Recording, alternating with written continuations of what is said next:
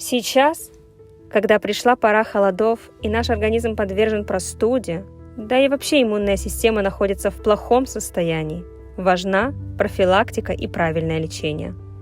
Большинство людей обращаются к традиционным лекарствам, которые созданы для общего потребителя и имеют побочные эффекты. Привет! Твои детки простужены, кашель, насморк, и вам плохо помогают препараты из аптеки? Тогда вам ко мне!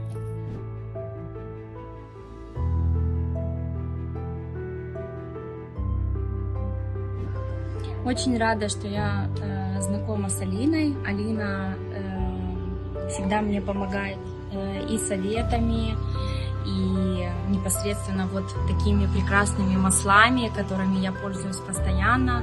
А также я просто в восторге от противопростудной мази, которая просто незаменимая вещь в семье и для детей, и для взрослых. Мы пользуемся ей уже несколько лет. И всегда вижу, что эта мазь, она действительно помогает.